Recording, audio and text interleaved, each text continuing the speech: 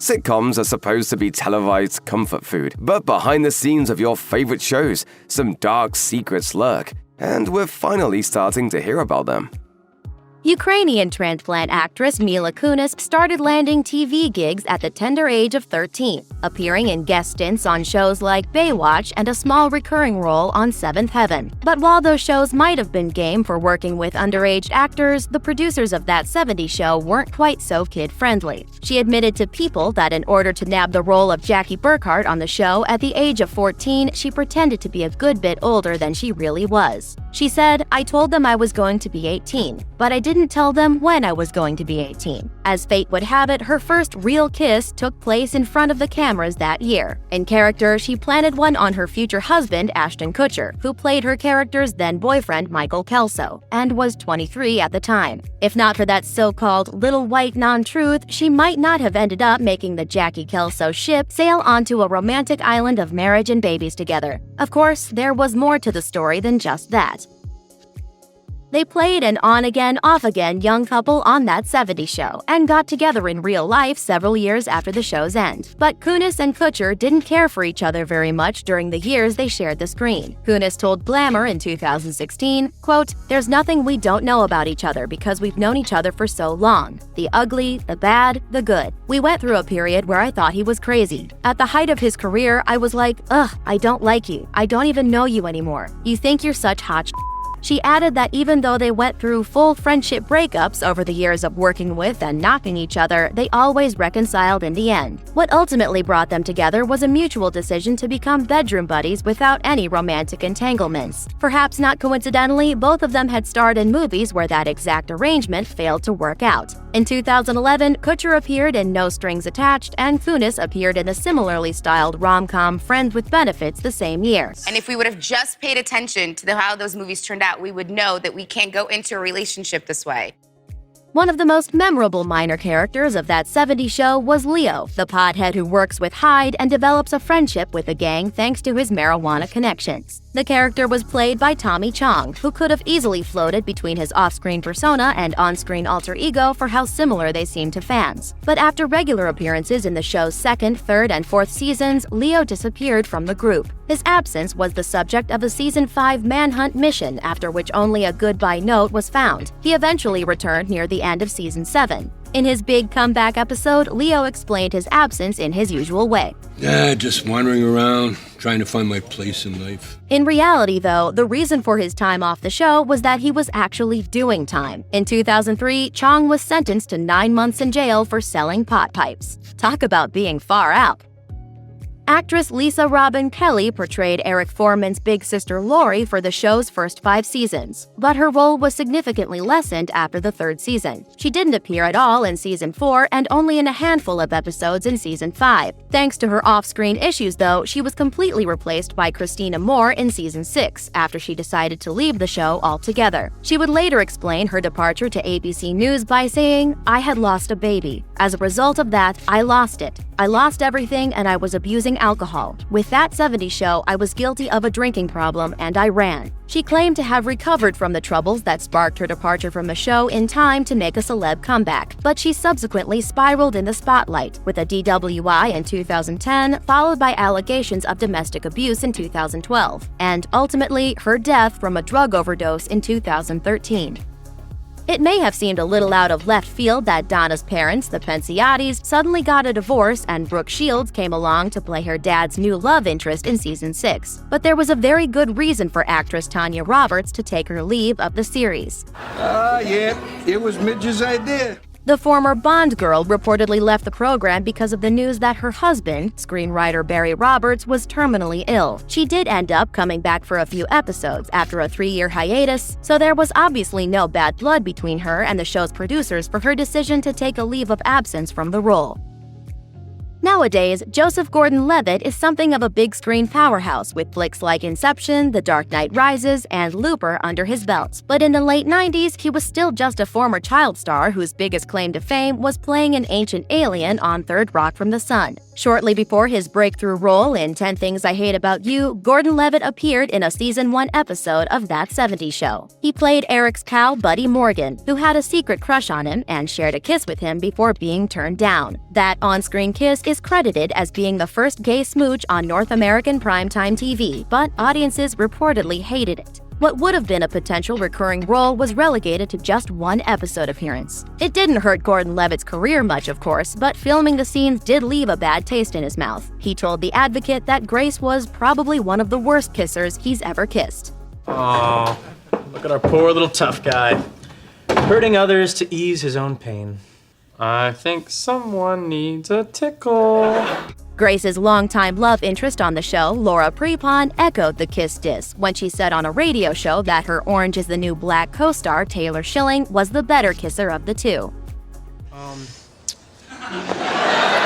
Talk about bad lip service.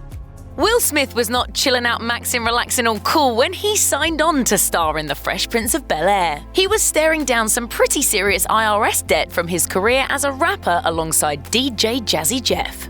In a 2018 episode of YouTube Storytime, Smith admitted that he'd spent all of his money on exorbitant purchases like expensive cars and fancy clothes after the duo's album, He's the DJ, I'm the Rapper, went triple platinum and earned a Grammy. But his follow-up effort flopped, which didn't really help bolster his dwindling bank account. I spent all my money, and I didn't forget, but I didn't pay the IRS. At the time, Smith owed the IRS a whopping $2.8 million.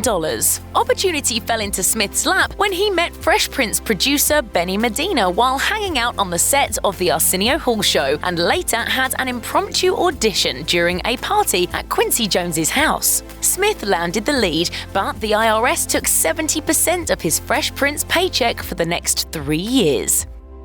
Aunt Vivian, who served as the Fresh Prince's beloved sympathetic matriarch, is a woman with many facets. 2, to be exact. Janet Hubert played the role during the sitcom's first 3 seasons, but was fired in 1993 and replaced by Daphne Maxwell Reid. The firing apparently had less to do with Hubert's rumoured on-set feuds and more to do with a dispute with network executives, who reportedly had, quote, some sort of vendetta against her, per Hubert's interview with Jet at the time. Years later, in 2013, the actress opened up to The Grio about the real reason she was recast, claiming NBC was unwilling to negotiate her ultra-restrictive contract. She said, "It was a negotiation that should have come back like most do. We were a very successful show and I felt like I was an integral part of that and felt valuable, but you cannot feel valuable in Hollywood." Hubert sued the network and Will Smith for allegedly creating a hostile work environment during her pregnancy, according to the New York Daily News. This led to long-running rumors that NBC fired Hubert because of her pregnancy, but it was written into her final season with the show. Vivian!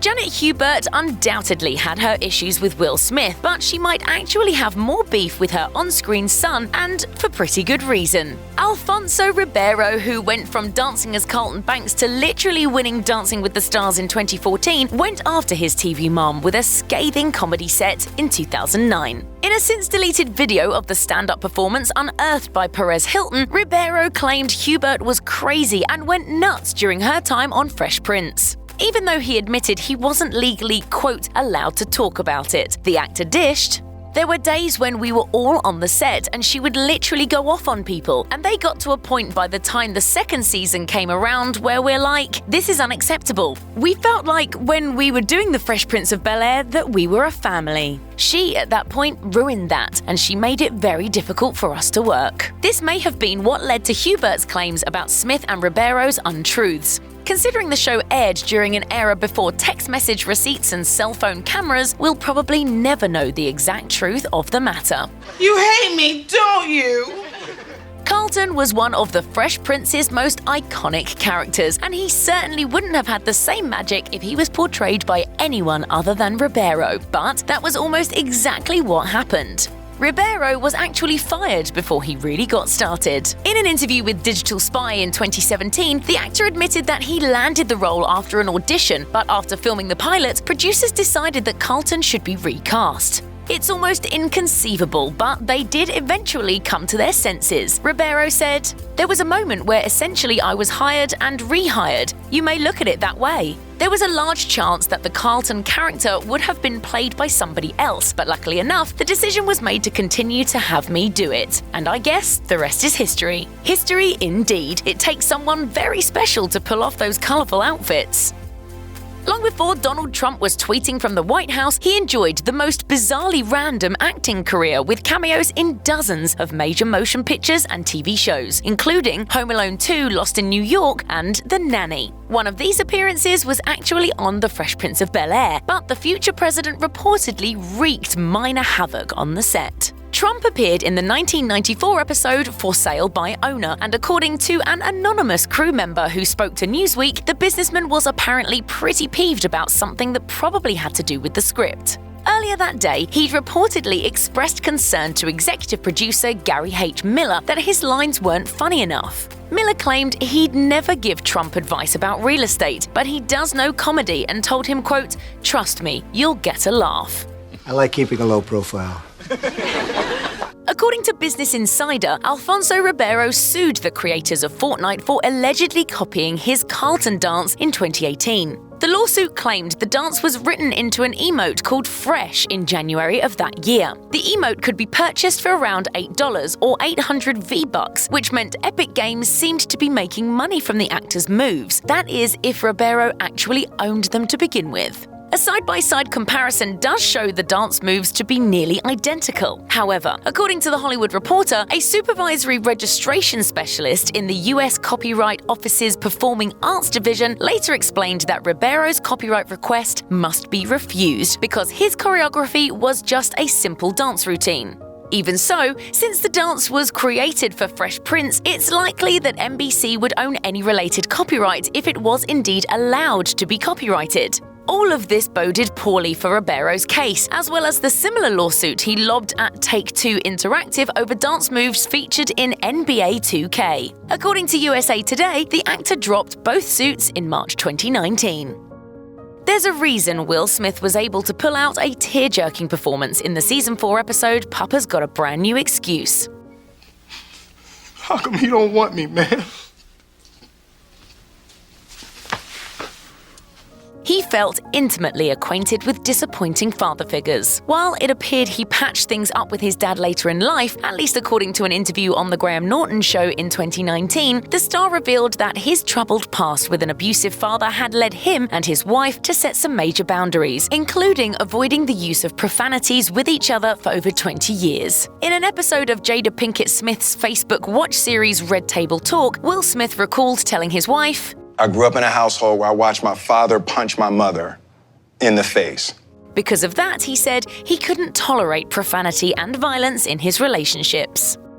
Tatiana Ali, who played Ashley Banks, had one of her most embarrassing moments, a major life milestone on set. In an interview with Us Weekly in 2018, Ali admitted she had her first real kiss on the show, but said it was, quote, terrifying. It didn't help that both Alfonso Ribeiro and Karen Parsons, her on-screen siblings, decided to come to set that day to watch it happen, even though they had nothing to do with that particular scene. Ali told the magazine, "I just remember Karen Parsons, who played Hilary Banks, Karen, Alfonso, and we had our cameras. The cameras on sitcoms are like huge cameras, and I just remember them looking behind the camera. I mean, who has a first kiss like that? At the time, I wanted to die." Since then, Ali has managed to recover and seems to have a healthy attitude about romance. The actress even told HuffPost in 2013 that one-night stands were her guilty pleasure.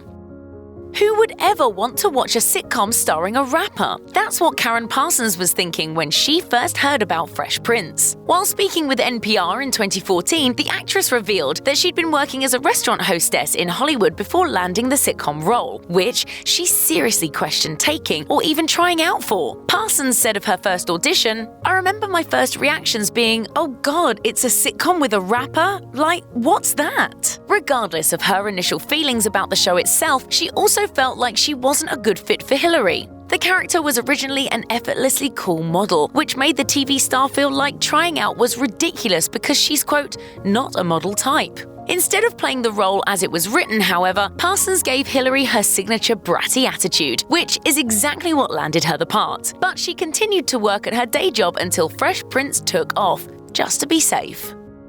For years, rumors have been flying around claiming that the recurring scene in which Will's friend Jazz gets kicked out of the Banks' mansion was actually only shot once because the network wanted to save money. In truth, it was shot multiple times, just not every time the script called for it. Jeffrey A. Towns, aka DJ Jazzy Jeff, opened up about this myth surrounding Fresh Prince in an interview with HuffPost in 2015.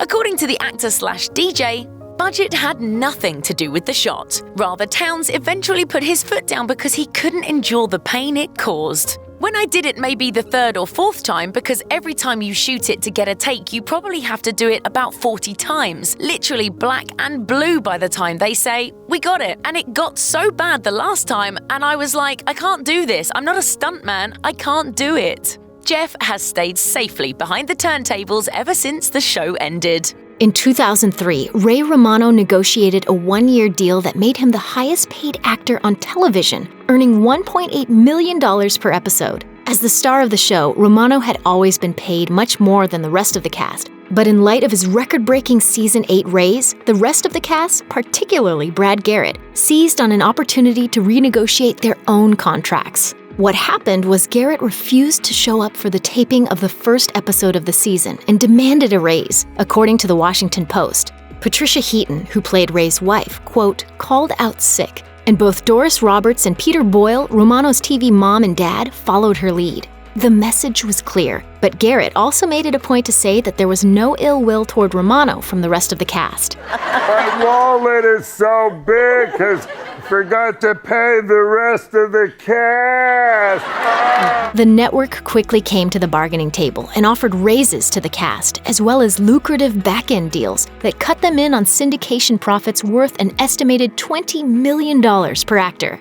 Even though she played the perpetually overworked and underappreciated matriarch of the Barone household, Patricia Heaton apparently didn't see the irony in allegedly requiring her part-time assistant to work more hours than she was supposed to. I work very hard to keep the house up and running. And I guess I feel, kind of unappreciated. According to TMZ, Heaton's ex-assistant, Jennifer Lee, filed a lawsuit in 2009 seeking unpaid wages in the amount of $7,425, plus overtime and additional expenses. Lee claims Heaton fired her after inquiring about the unpaid wages, and also alleges that she was told by Heaton that her child was becoming a problem because of the work schedule. It's unclear what ultimately happened with the lawsuit, but if any of Lee's claims are even remotely true, it would be pretty bad considering that $20 million syndication bonus the actress was earning. In a shock to both his real family and TV family alike, Sawyer Sweeten, who played Jeffrey Barone on the show, killed himself while visiting family in Texas in April of 2015. In a statement given to People, Sawyer's parents stressed that their son did not suffer from textbook depression and that he was happy, upbeat, and loving. His mother, Elizabeth, elaborated in an interview with Larry King. Over the course of those 8 days, if he felt, suicidal, and both times, I had asked him and his dad had asked him, and both times he said no. But during a later appearance on the Dr. Oz show, both Sawyer's twin brother, Sullivan, and his mother shed some additional light on Sawyer's struggles. We both definitely enjoyed being on the show. I think it was afterwards when we realized how much school we missed and how little we got to socialize with other kids. The toxicology screening revealed that Sawyer had marijuana in his system at the time of his death, and his cousin, Jacqueline Steins, came forward to speculate that the teen had likely suffered from depression. Steins told Radar Online, "There is a history of depression in the family. All through. Many of them are on medication for depression."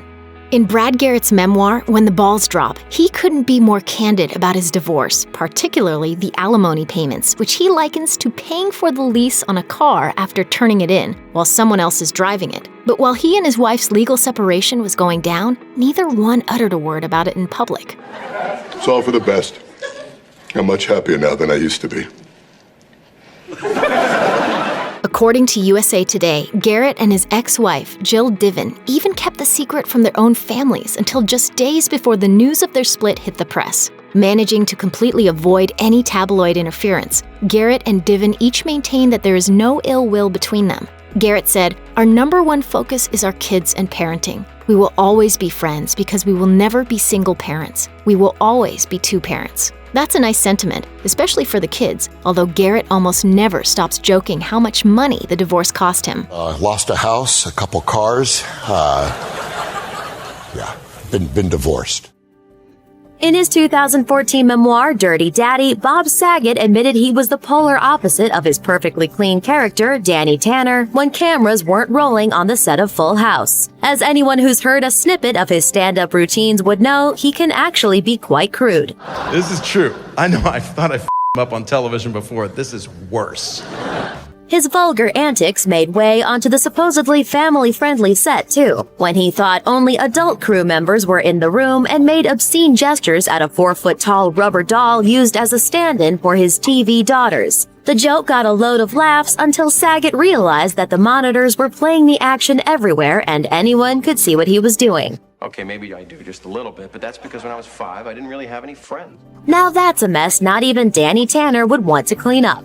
For decades, many believed that Alanis Morissette's hit song, You Oughta Know, was actually about her ex-boyfriend, Dave Coulier, who played Joey Gladstone on Full House. The rumors were a real surprise, considering the lyrics in the song contrasted significantly from Coulier's on-air persona. Years later, though, Coulier denied the rumors to BuzzFeed, saying, quote, "The guy in that song is a real a-hole, so I don't want to be that guy," end quote. But don't go believing Uncle Joey is completely innocent of some of the song's crimes just yet. In a Reddit AMA, Coulier also revealed that when he first heard the song on the radio, some of the lyrics sounded a little too familiar, although he was quick to clarify that the dirty movie theater thing never happened. With him, at least. Jodie Sweetin, who played the sassy middle Tanner sister Stephanie, admitted in 2006 that she was once addicted to methamphetamine. She explained that her drug problem stemmed from the show coming to an end, telling Good Morning America, quote, "There is a certain sense of loss when a series ends. It is kind of hard to figure out who you are when you've lost your job at age 13, when that was basically how you identified yourself," end quote. She went on to reveal more of the gory details of her struggles with addiction in her 2010 tell-all Unsweetened, admitting she even snorted meth at the premiere of the Olsen twins movie New York Minute in 2004. She wrote, "I was pulling off the deceit. It was hard for people to believe I was doing that much drugs. I look at photos from that event and I didn't even look strung out. Other drugs Sweetin dabbled in at the time included ecstasy and cocaine." In addition to her substance abuse issues, Sweetin's personal life was plagued by a number of failed relationships, too. So far, she has been married and divorced 3 times. Sweetin also has another daughter, Zoe, from her second marriage. Apparently, the 4th time wasn't going to be the charm either. After a blowout fight with her then-fiancé Justin Hodak, Sweetin was granted a restraining order against would-be husband number 4 when he was arrested. According to TMZ, Hodak threatened to kill himself with a 9mm pistol if she made him leave. Hodak was already a convicted felon, which means the guns were in his possession illegally. He violated the restraining order just days later by driving past Sweetin's house and was arrested again. Soon after word spread of her personal woes, Sweetin posted a pic of herself with her 2 daughters to Instagram to let everyone know this was all under control. But the drama was far from done. According to TMZ, police were again called to Sweetin's house when Hodak showed up once more but got scared off by security guards. Hodak denied being there, but it's clear Sweetin's taste in men needs to be reevaluated. Netflix's sequel Fuller House might be, well, full, but one crucial member of the Tanner family has been noticeably missing, the youngest daughter Michelle, played by Mary-Kate and Ashley Olsen. Well, Michelle sends her love, but she's busy in New York running her fashion empire. When news broke that they wouldn't be joining the show, many wondered why they would pass on the opportunity. Pressed at one point for an answer, Mary-Kate claimed the twins had just found out about the project and were surprised nobody spoke to them about it before, including co-star John Stamos. Stamos quickly fired back on Twitter saying, "I call bull." The surprisingly blunt tweet led some to wonder whether there was a feud brewing between the Olsen twins and the rest of the cast, which might explain why Stamos was so quick to cover his tracks. The next day, he tweeted, "Had a sweet talk with MK today. There are way more important things going on in the world today." Still mad at me. Don't worry about it, Shorty. Your Uncle Jesse has it all taken care of. For what it's worth, the Olsens ultimately admitted they didn't want to do the show because they haven't acted in years. Anyone who has watched their most recent straight-to-DVD films will certainly understand. The early 90s were a golden age for the hormone-charged pubescent masses to obsess over swoon-worthy, non-threatening celebrity teen boys. Ryder Strong sent many a tween heart aflutter with his portrayal of Sean Hunter and the shaggy bull haircut that brought his character to life. But it turns out that the former teen heartthrob had a hard time adjusting to the attention and the grooming. When Cosmopolitan asked him in 2013 what it felt like to be a teen heartthrob, he admitted, "I was never super comfortable with it, to be honest.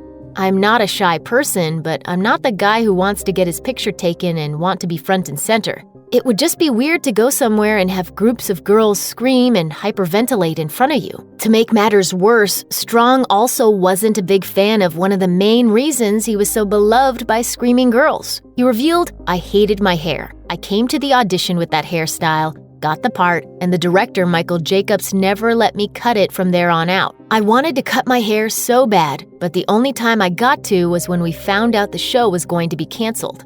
Yeesh, that means Strong had to keep that very 90s haircut until 2000, long after it went out of style. Danielle Fishel, aka Topanga Lawrence, has done all right for herself in the romance department. Her first marriage to her college math tutor may have ended in divorce, but then she married again in November 2018 to comedy writer Jensen Karp. And back in the late 90s, she dated a guy who was at the time considered one of the planet's most desirable men, pop star Lance Bass. In her 2014 memoir, Normally This Would Be Cause for Concern, Fishel explained that she met the blonde-tipped boy band singer at a live TGIF special. The two later hit the town for a date at a taping of a Celine Dion Christmas special, and the rest was history. Well, not quite. They ended up dating for a year and a half and even attended Fishel's high school prom together, but things ultimately didn't work out. Fishel later realized why when Bass came out to her, and the rest of the world, as a gay man. When Boy Meets World debuted in 1993, the best-known actor in the cast was William Daniels, who portrayed the prickly but lovable Mr. Feeney. An accomplished performer, he first appeared on Broadway in the 50s, before transitioning over to television, where he won an Emmy for his work on the medical drama St. Elsewhere. And perhaps most impressively, he voiced the talking car Kit on the action series Knight Rider. Daniel's showbiz experience apparently imbued him with a dignity bordering on arrogance, as he revealed in his 2017 memoir, There I Go Again. He initially had little interest in playing Mr. Feeney, stating, "At a meeting with the show's author and executive producer, Michael Jacobs, I told him I didn't want to play a high school teacher who's made to look foolish for the sake of some cheap laughs." After Jacobs promised he would never have him play an idiot, Daniels signed on. But when he attended the show's first table read, he hated his character's story so much that he quit the show. After a hasty rewrite of that first script, Daniels then thankfully unquit. Every sitcom needs a happy dumb guy, and for Boy Meets World, that character was Corey's older brother, Eric Matthews. Will Friedle played the role with exuberant relish, and he later parlayed his TGIF stint into a nice career that's consisted of romantic comedies, guest spots on other sitcoms, and voicing characters like Batman in Batman Beyond and Nightwing in numerous animated Batman projects. In fact, his post-Boy Meets World career has overwhelmingly consisted of voice acting gigs, ever since he was diagnosed with an anxiety disorder that precluded live-action performances. At a Boy Meets World panel at the 2018 New York Comic-Con, Friedle revealed, "I was planning to do more on-camera work, but then I got hit with these anxiety attacks that prevented me from doing that. I was so thankful I had voiceover because I could still perform and act." Friedle's face and body haven't been completely absent from screens in recent years, as he reprised the role of Eric for a few episodes of the Boy Meets World spin-off, Girl Meets World. Corey and Topanga were #couple goals years before social media was even a thing. The central storyline of Boy Meets World was, of course, the slowly developing relationship between the two.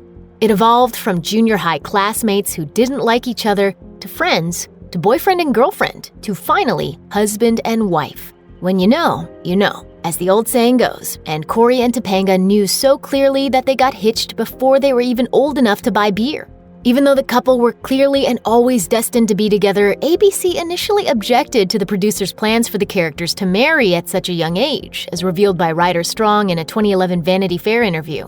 Even Strong himself had his doubts. When asked if Corey and Topanga would have gotten divorced by that point, he declared that they probably would. But then he backtracked and quickly added, no, because the whole conceit of the show was that they were meant for each other. Indeed, had Corey and Topanga not stayed together and lived happily ever after, there never would have been the Disney Channel sequel series Girl Meets World, in which they're still together and raising 2 kids of their own. I love working with you. Thank you. Likewise. Ethan Suplee is a familiar face and a versatile actor who has popped up in some high-profile movies and TV shows since the 90s. You might recognize him as the guy who couldn't figure out a Magic Eye poster in Mallrats, or for his starring turn as the dim but sweet Randy on My Name is Earl. And of course, there was also his recurring role on Boy Meets World as Frankie, a school bully who eventually became pals with Corey and the gang. Frankie, like a lot of Suplee's roles, is a heavy-set guy, but in 2009 the actor shed a lot of weight. He revealed his fitness regimen on a 2016 episode of Entertainment Weekly's What to Watch podcast. As he described, I started obsessively riding bicycles. I actually did get properly thin at one point. I was 9% body fat. But when Suplee started to go for roles with his new, leaner frame, he just couldn't land them. He explained, I found that people were like, who are you? We don't know you. You're this new person. So a couple years ago, I made the decision. I'm not going to kill myself to be thin when nobody knows me as a thin person. And so I just kind of relaxed on my diet. It happens often enough to have become a cliche. Child actors often become washed up and out of work when they become teenagers or adults. However, that wasn't what happened to the Wizards' Jenny Lewis or Boy Meets World's Blake Sennett, who played the bully Joey the Rat Epstein on 16 episodes. Instead, these two teamed up to form Rilo Kiley, one of the most acclaimed indie rock bands of the 2000s. Alas, the group disbanded in 2011, and that breakup was about as civil and harmonious as a couple of teen characters from Boy Meets World calling it quits. In a 2011 interview with Consequence of Sound, Sennett likened Rilo Kiley to a corpse that was, quote, laying on his back in a morgue with a tag on his toe. A few months later, he told Spinner that the band was decidedly finished, noting, I just felt like there was a lot of deception, disloyalties, greed, and things I don't really want to submit myself to.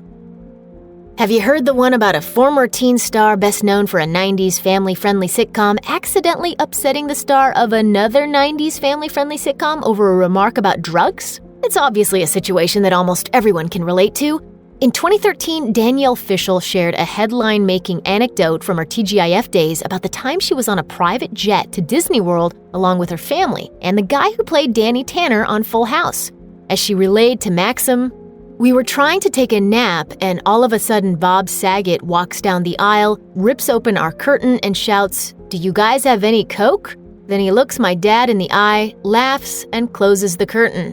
For his part, Saget didn't appreciate what he thought were disparaging remarks, so he offered his own crude response to Maxim. What show was she on? Big chest, small wonder? That's the real size of her, by the way. She's kind of like Bilbo Baggins, very tiny. Saget went on to clarify that his cocaine comment was made in jest and that he was, quote, always making jokes. Meanwhile, Fishel called Maxim out for not publishing her story-capping remark, tweeting, maybe you should have printed what I said at the end. We knew he was joking. It was funny. He didn't pick up on that. By and large, Boy Meets World was a gentle sitcom about middle-class, well-loved kids with kind, doting parents and teachers guiding them as they navigated the typical problems of young life. Unfortunately, that's far from the experience that William Daniels had back when he was just a boy meeting the world. The veteran actor opened up about his years as a child actor in his memoir, There I Go Again. He recalled a time when he was pushed by his mother to sing, dance, and act on numerous radio shows, and he had to work late into the night and over weekends. He revealed, when I started writing this book, I started seeing a psychologist who suggested that I was an abused child. I was shocked to hear such a description, that I had been robbed of a normal childhood, forced to perform and put into situations that I had no control over. Daniels also noted that he found it hurtful that his mother never paid him a compliment for all that hard work. It's poetic and fitting then that his most famous role as an actor eventually became Mr. Feeney, a character who became known for supporting and loving his students as they grew up. Oh.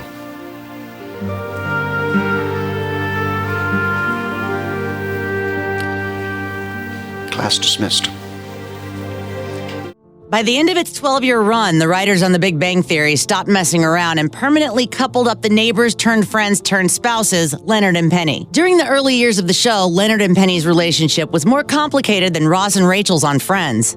We were on a break! Meanwhile, off the set, things were far more concrete for actors Johnny Galecki and Kaylee Cuoco. In 2010, well after their amicable split, Cuoco told CBS Watch that she dated her TV love interest for nearly 2 years in a completely secret relationship. While maintaining privacy within a romance is something many celebs strive for, Cuoco also said that the couple couldn't go out in public together without drawing attention to their relationship, so they never did. As she put it, everyone was always asking and we denied. And I'm like, why am I denying this person that I love? Galecki later gave his side of the story to CBS Watch, saying, quote, Kaylee's not just an ex, she's a part of my life. And for now, at least, that's all he'll say about the subject. He said, I just don't like to speak about it. And not because I'm trying to be enigmatic, I just worry that it will conflict with people's acceptance of Leonard and Penny.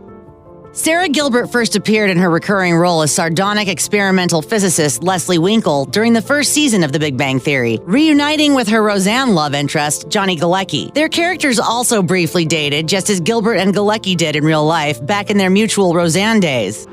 So, how many children do you think we should have? It was when she and Galecki were an item, however, that Gilbert realized she was attracted to women. Gilbert said on The Talk, we started dating and he would come over and we would make out and then I would start to get depressed. Galecki noticed something was up and Gilbert shared her feelings about the situation, which she described as being, quote, kind of a bummer. The two broke up but stayed close friends, and when Gilbert decided to publicly come out as gay in 2010, she asked Galecki for permission to tell the story. While it sounds like it could have gotten awkward really fast, Gilbert says Galecki was sweet and understanding about it. He was like, of course, I love you, and I think it's really important, and I'm so proud of you. If you want, I'll be there, and I will hold your hand. The Big Bang Theory is just one of many hit TV shows created at least in part by Chuck Lorre, the man responsible for hits like 2.5 Men, Grace Under Fire, and Dharma and Greg. And yet, despite working as an actor for Hollywood for the better part of the decade, before he landed the role of Sheldon Cooper, Jim Parsons had reportedly never even heard of Lorre. When Parsons' agent called to tell him he'd landed an audition for the new Chuck Lorre pilot, Parsons thought the agent meant the sitcom was created by Chuck Woolery, the host of game shows such as Scrabble and Love Connection. And that idea didn't thrill him. Speaking on The Late Show with David Letterman in 2014, Parsons said he thought, why are they so excited about it? We should see what the man has to offer before we're like, it's a new Chuck Woolery project. Over the course of its 12 seasons, The Big Bang Theory built up a well-populated universe of friends, co-workers, and various associates of the 7 main characters. 2 of the most frequently recurring actors were Kevin Sussman as Sad Sack comic book store owner Stuart Bloom, and John Ross Bowie as speech-impeded, Sheldon-hating physicist Barry Kripke. In 2011, Sussman and Bowie teamed up for an extracurricular activity, writing for television. After getting on Sony's radar with a script called Dark Minions, the writing partner said the studio bought a pilot from them about 2 cool parents raising an eccentric 5-year-old daughter called The Ever After Part. While Fox expressed interest, the network ultimately didn't pick up the show for the 2012 to 2013 season, and passed again after developing the show once more 5 years later. Unfortunately, Sussman and Bowie didn't score with their other plot pitch either. In 2012, CBS ordered scripts for, but never produced, an ensemble comedy created by the duo called The Second Coming of Rob. In the first episode of The Big Bang Theory's 7th season, titled The Hofstadter Insufficiency, Bernadette and Amy, played by Melissa Rauch and Mayim Bialik, attend an out-of-town convention together and share a hotel room. It was while shooting one of these scenes in full view of a live studio audience that Rauch caused, as she described it on a 2013 episode of Conan, a little incident. While shooting the scene, Rauch buried herself under the covers with just her head popping out of the top and began vigorously rubbing her hands together in an effort to keep warm. To the audience, it apparently looked like she was rubbing, well, something else. Director and producer came over to me and they were like, we need to see your hands in the next take. It looked like you were having way too much fun with yourself. Apparently, the crew of the series weren't the only people who noticed. After the taping finished, Rauch said she spoke with a kid in the audience who noticed something funny going on too. And this little boy said to me, he's like, did you shoot that scene again with your hands out because it looked weird? Because my dad said it looked real weird. In September 2013, Kaylee Cuoco disappointed all those who wished for real-life Penny and Leonard to get together when she announced her engagement to pro tennis player Ryan Sweeting. The surprising news came just 3 months after they started dating and a handful of days after they made it red carpet official. On December 31st, 2013, the couple made things even more official by actually getting married, and Cuoco had the date of the happy occasion tattooed on her back. But while tattoos generally last forever, Cuoco's first marriage did not. Just under 2 years later, the actress filed for divorce in September 2015. So what happened to kill their relationship so quickly? According to an insider who spoke with Page 6, it was allegedly Sweeting's substance abuse issues that took the biggest toll on the marriage. Cuoco reportedly gave her husband an ultimatum. Either he got sober or the marriage was over. Sweeting reportedly checked into a rehab center, but upon release, he disappeared for a few days, and that was the end of that. In 2010, Kaylee Cuoco went out for a horse riding lesson and almost didn't come back in one piece. The horse threw her off, then tried to jump over her, but landed on her leg. I actually thought he was walking on leaves. That's the way the sound of my leg was. The damage was so bad that doctors reportedly considered partial amputation of Cuoco's leg. Fortunately, the whole limb was able to be saved, which is kind of miraculous considering all the bones she later said she saw sticking out of it. With the injury leaving Cuoco unable to walk, the Big Bang Theory writers had to come up with some new plot ideas. They devised a storyline in which Penny decides to pursue being a bartender at the Cheesecake Factory and practices for the job by making drinks for the gang. That allowed the crew to conceal Cuoco's metal rod scaffolded leg behind furniture. 2 years later, after Cuoco's big break, Mayim Bialik sustained an offset injury after she was involved in a car accident, an incident she later described on her blog as being quite, quote, bloody and scary. While this accident wasn't as destructive as the injury that befell her castmate, Bialik still faced a long recovery. She appeared with a heavily bandaged right hand at a Television Academy event just a week after the incident. Despite the troubles, Bialik told E! Online that the injury wouldn't be written into the show, telling the outlet, "We're going to make it work. As long as I'm not dancing or walking, we're good." As the Harvey Weinstein scandal and resulting Me Too movement gripped Hollywood in 2017, the entertainment industry struggled to understand, course correct, and move forward when it comes to matters of consent and power dynamics in the film industry. As a part of that moment, Mayim Bialik penned an essay for the New York Times about her experiences as a young woman in Hollywood. Most of her comments were thoughtful and empowering, but she also veered into areas that some viewed as problematic. While Bialik wrote that nothing, absolutely nothing, excuses men for assaulting or abusing women, she also said that she avoided nasty situations by making, quote, self-protecting and wise decisions. Writing about her own personal strategy for avoiding harassment at work, she wrote, "I dressed modestly. I don't act flirtatiously with men as a policy." That comment in particular sparked a social media firestorm, with many accusing Bialik of blaming sexual misconduct on women victims instead of male perpetrators. Bialik quickly issued a heartfelt apology on Twitter saying, "Let me say clearly and explicitly that I am very sorry. What you wear and how you behave does not provide any protection from assault, nor does the way you dress or act in any way make you responsible for being assaulted. I am truly sorry for causing so much pain, and I hope you can all forgive me." Among the many giants of science fiction who've interacted with the sci-fi loving characters of The Big Bang Theory, Wil Wheaton just might be the best. The Star Trek The Next Generation star portrayed a heightened version of himself, a petty, mean, self-centered rival turned friend to Sheldon Cooper. At a TNG cast reunion at the 2012 Calgary Comic and Entertainment Expo, the real Wheaton owned up to some behavior more fitting of the fictional Wheaton. In 1990, he walked away from Star Trek, returning for the occasional guest spot until the show ended in 1994. Sir, I know this may finish me as an acting ensign, but shut up, Wesley. Wheaton said at the reunion, "I was 18 years old, and initially I thought it was a really smart business career move. In some ways it was, and in more ways it wasn't." He was so devoted to finding his own way that he avoided his co-stars for years, saying, "After that ended, I just felt really ashamed of myself. I felt like I couldn't look them in the eye. I felt like I didn't have the right to invite them to my wedding." After he crossed paths with his co-stars at fan conventions, he apologized for his behavior and won back his old friends. Hey, Will, what you doing? I was on Star Trek, just rooting for the home team.